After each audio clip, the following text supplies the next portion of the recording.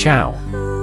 It is sunset on the Hornley Hut. Beneath the blanket of cloud lies Zermatt, the popular tourist resort at the foot of the Matterhorn. If the weather is good, tomorrow at dawn we can take off to visit this jewel of Switzerland. But before we reach Zermatt, we will fly over the highest peak in Switzerland, the Monte Rosa Massif.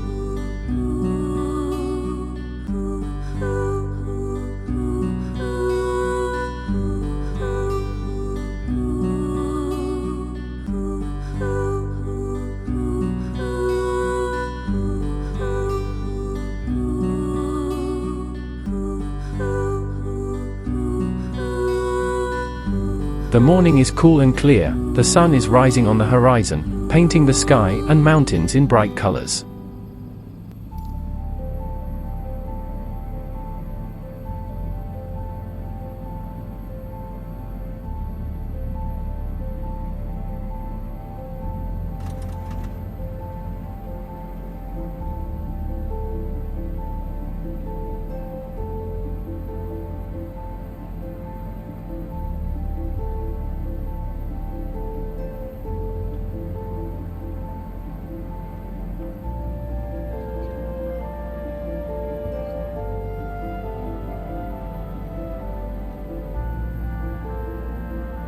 I head for Valternenunch, which is part of the Cervino ski paradise and is also one of the most beautiful side valleys in the Aosta Valley.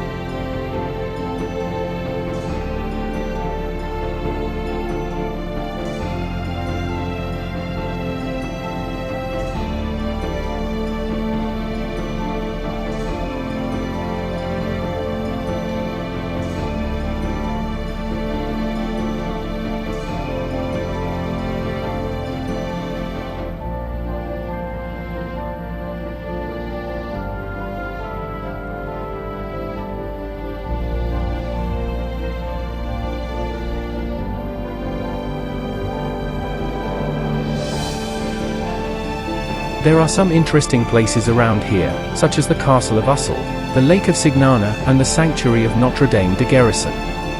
Places that could be the subject of one of our off-track episodes.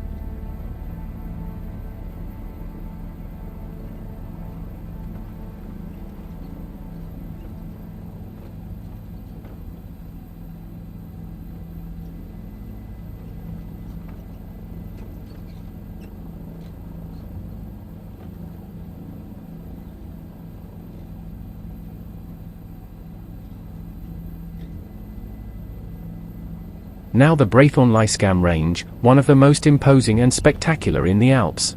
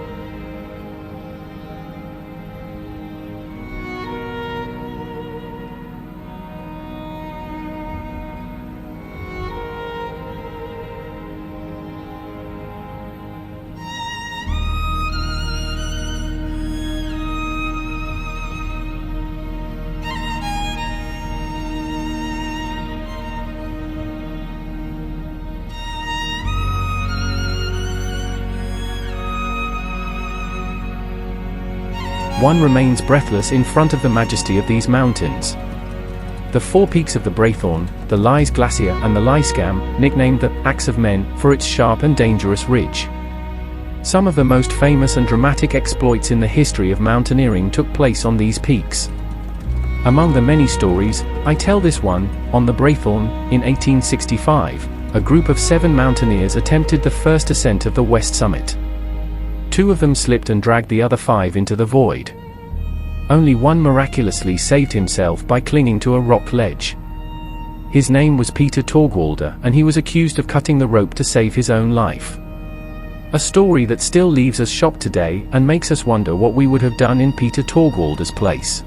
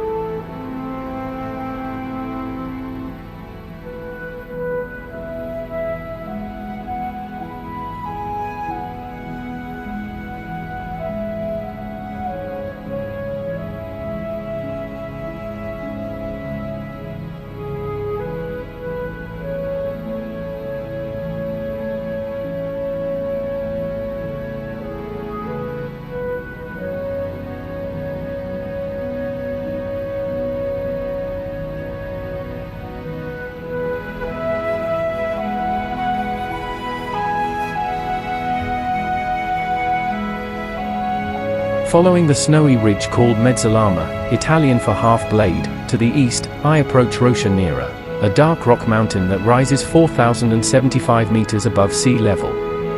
Rocha Nera is one of the easiest peaks to climb on Monte Rosa, and is very popular with novice mountaineers. Once past the Rocha Nera, the next mountain is Pollux, a mountain of rock and ice reaching 4,092 meters above sea level.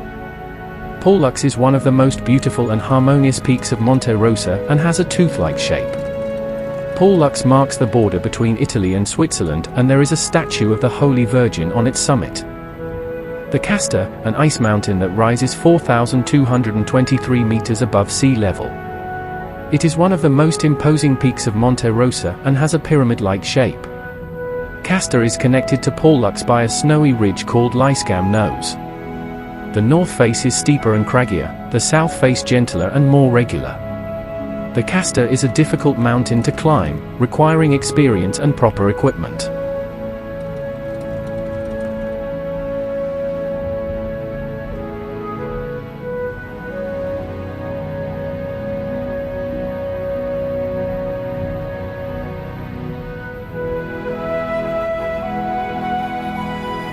We had just seen 2 beautiful mountains, and they were named after the twins of Roman mythology Pollux and Casta. Those names were given to the mountains by German mountaineers in the 19th century, who had first explored Monte Rosa. Names that have remained in mountaineering tradition, and are still used today.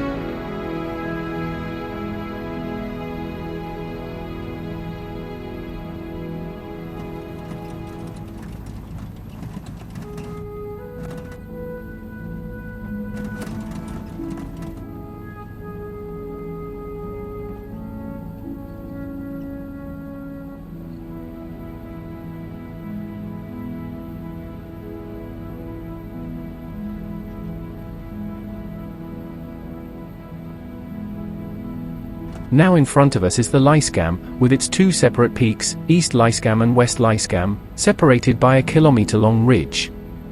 It is a mountain famous for its danger, so much so that it has earned the nickname Menschenfresser, man-eater.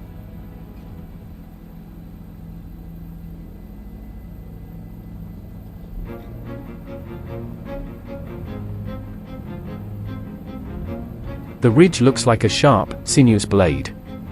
Even from a helicopter, this mountain is awe-inspiring, but at the same time it is able to thrill us with its breathtaking spectacle.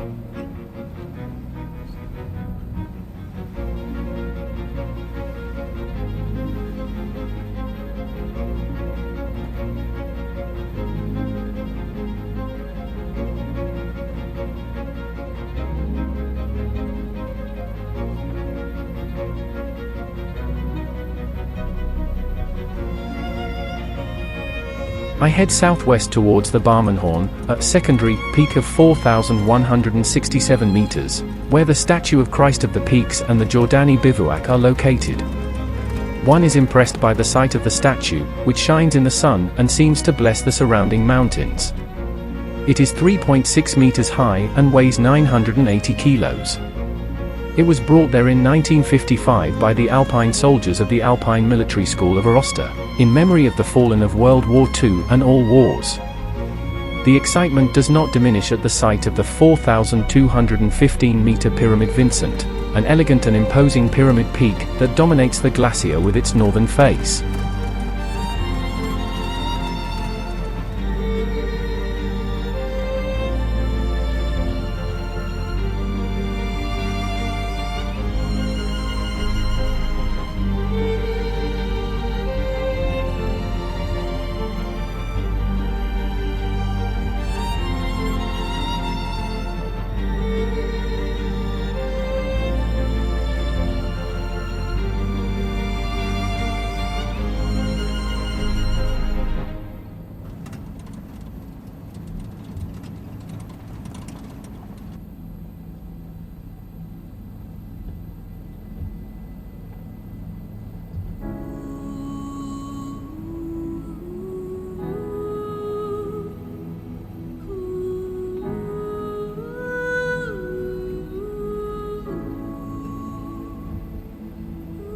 The Schwarzhorn is a black, rocky mountain that contrasts with the White Glacier. It is a peak rarely visited by mountaineers, because it requires a difficult and dangerous ascent up a sharp and exposed ridge. On the summit you can see the remains of a wooden cross, planted there in 1878 by the first climbers. It is a sign of the history and hard work of those who conquered this mountain.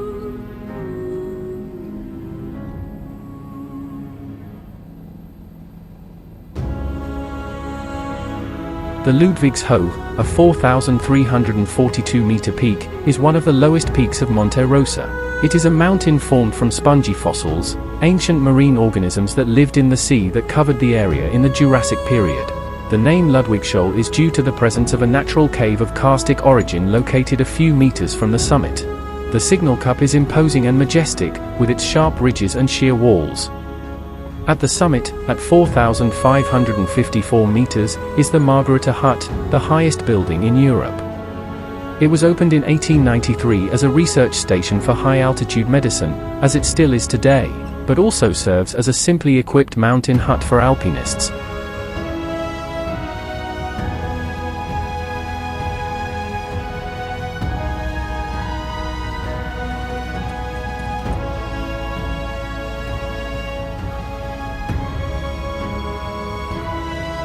Grenzgipfel means border peak and is the highest point on the border between Italy and Switzerland. At 4,618 meters, it is the highest point in Piedmont, although, as it is not really a peak in its own right, it is a secondary peak of Dufour Peak. It cannot be considered the highest peak in Piedmont, which is the Norden Peak. Dufour Peak is the highest peak in Switzerland and the second highest in the Alps. It is a pyramid of rock and ice, towering 4,634 meters above sea level. Dufour Peak used to be called Gornerhorn or Hochste highest peak, and was renamed in 1863 in honor of Guillaume-Henri Dufour, a Swiss general, topographer and co-founder of the Red Cross. Visiting Monte Rosa at sunrise and sunset is the best time. Monte Rosa, in Italian rosa means pink, takes on a pink color. But this is not why it derives its name, as one might think, but from the Latin rosea, through the term in the Valdostan dialect ruiz or ruja, meaning glacier.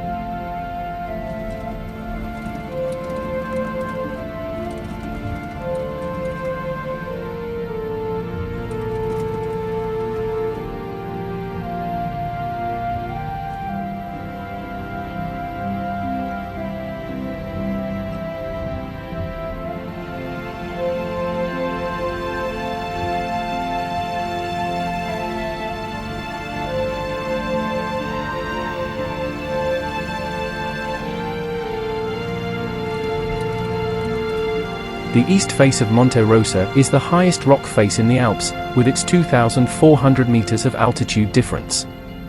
It is a vertical, dark and menacing wall, silhouetted against the sky.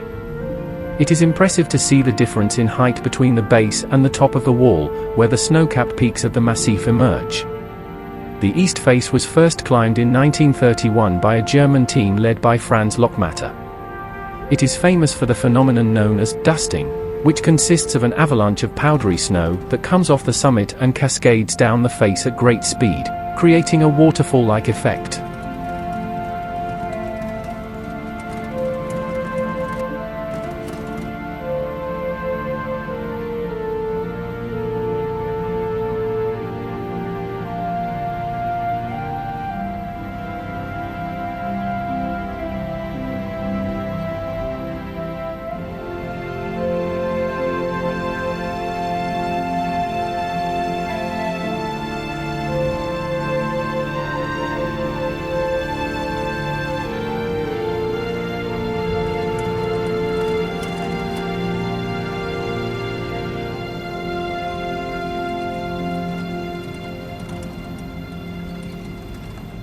To our left stretches the Gorner Glacier, and now I head down to the valley and then up to the Monte Rosa hut.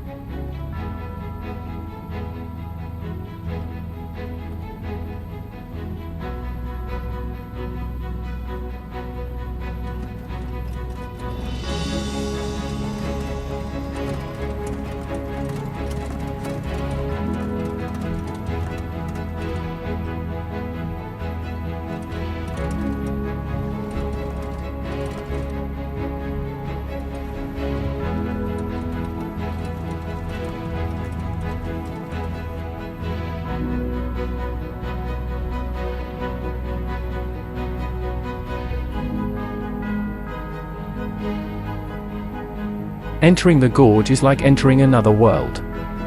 The light grows dimmer and dimmer, while the caution in avoiding the rocky ledges increases.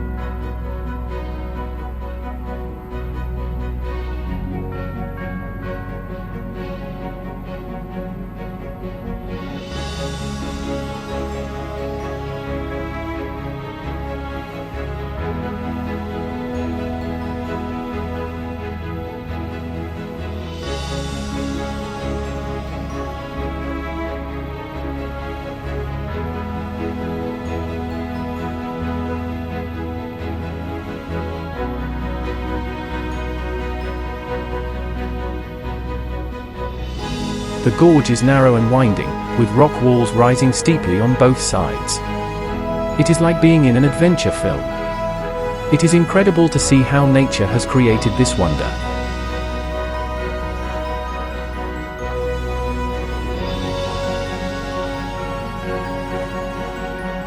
After more than a minute in the narrow gorge, the spaces open up and give way to a wider and brighter valley. I have arrived at the Gorner Glacier, the second largest glacier in the Alps. I see before me an expanse of snow and ice glistening in the sun. The glacier is furrowed by crevasses and seracs that form natural sculptures. In the distance, I see the peaks of Monte Rosa, while behind me the Matterhorn recedes.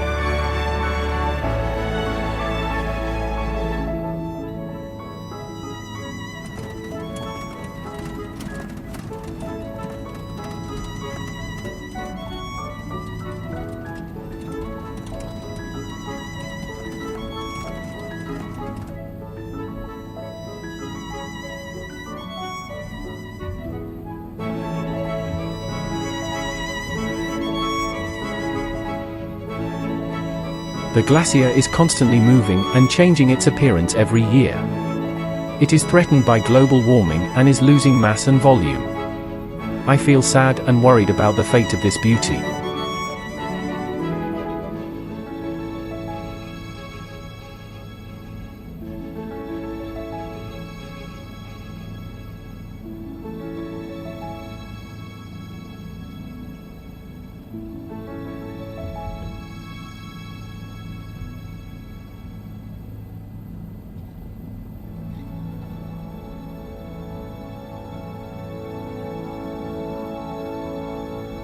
That wood and metal construction on the edge of the glacier is the Monte Rosa hut.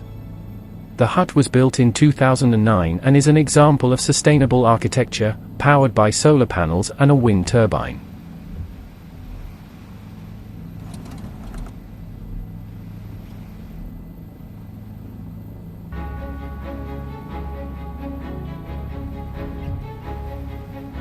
From the Monte Rosa hut I head towards Zermatt, shortly after a series of white and grey domes, which stood on the summit of the Gornergrat, appear in front of me.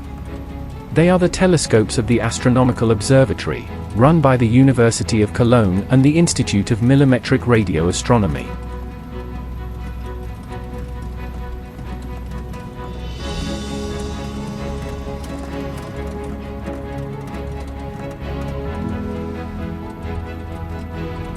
I fly low over the observatory. I imagine the scientists working inside those domes, studying the mysteries of the universe. The observatory is equipped with a network of parabolic antennas, which form an interferometer capable of obtaining high-resolution images of celestial radio sources. In addition, the observatory is connected to other telescopes in Europe and around the world, creating a large virtual radio telescope. I am fascinated by this technology and science. I wonder what scientists might discover, and if they will ever find the answer to the great questions of mankind. The observatory is open to the public and can be visited with a guide. Anyone interested thus has the opportunity to see the work of astronomers up close.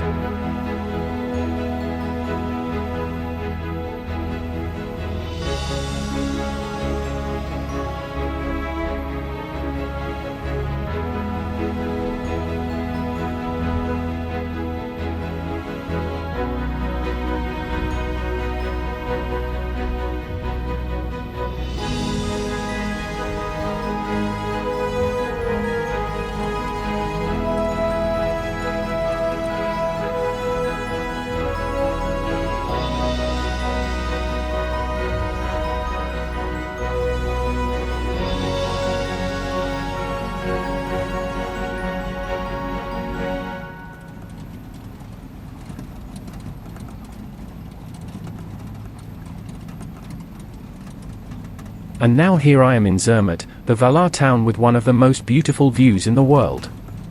Outside the window, the town stretches out at the foot of the Matterhorn, Switzerland's iconic mountain. The houses of wood and stone, the churches with their steeples, the meadows now snow-covered but soon to become green and full of colorful flowers. People strolling the streets, shops and restaurants, bicycles and carriages, but no cars, they are forbidden here. I feel like I am in a postcard. Here, one respects nature and tradition, but is also modern and lively. Zermatt offers many possibilities for fun and relaxation, both in summer and winter.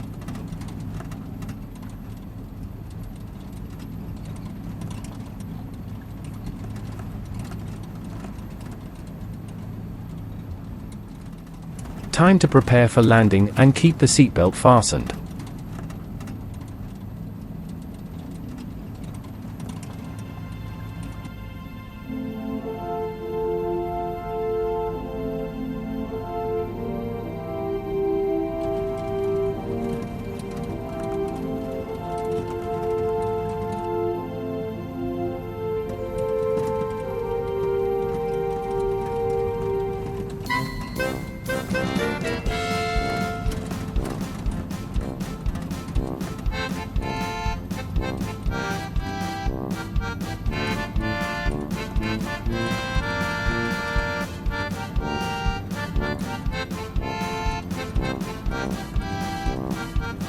I tried to bring the helicopter down gently to land on the pad as gently as possible.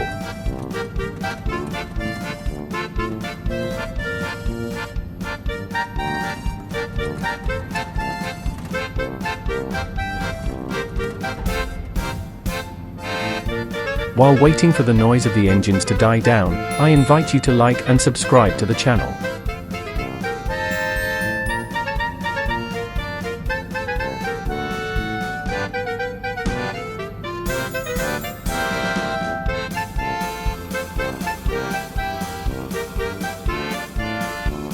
In the next episode, we will return to the Rhone Valley, flying over those mountains that now form the backdrop to the image that closes this video. Thank you for viewing.